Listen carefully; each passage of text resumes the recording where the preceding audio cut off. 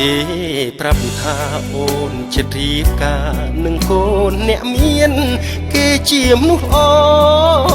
ឬព្រានអូនមានស្រឡាញ់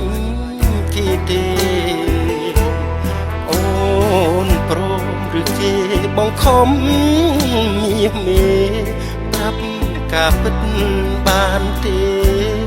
ព្រោះពេលនេះបង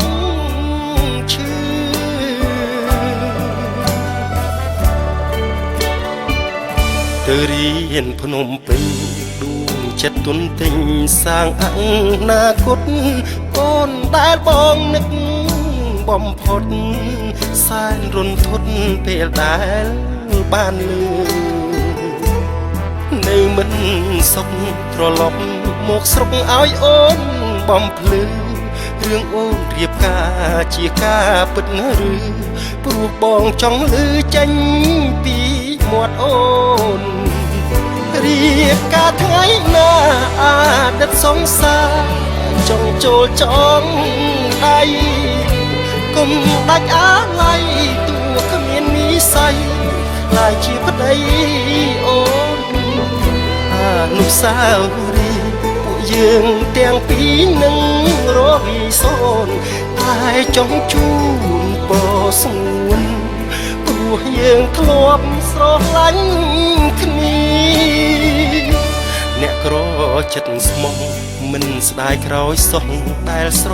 ឡាញ់អូនតែស្ដាយមិនបានថែទួនមិនបានស្ងួនជាគូនឹងគ្នាតែបើថ្ងៃក្រោយគេធ្វើបាបអូនឲ្យវេទនានឹកបងផងពុំមានព្រោះទ្រូងកំព្រានៅតែចាំអូន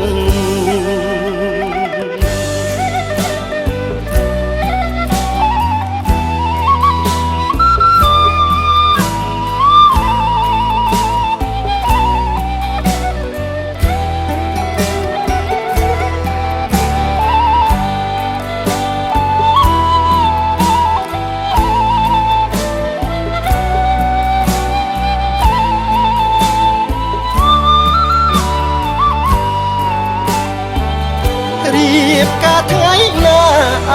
តីតសង្សារចង់ចូលចង់ដៃគុំដាច់អាឡ័យទួគ្មាននិស័យឡាយជាប្តីអូនអនុស្សាវរីយ៍ពួកយើងទាំងពីរនឹងរវីសូនតែចង់ជូនពរស្ងួន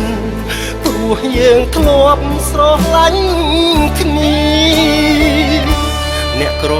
ចិត្តស្មោះមិនស្ដាយក្រោយសោះដែលស្រឡាញ់អូនតែស្ដាយមិនបានថែទួន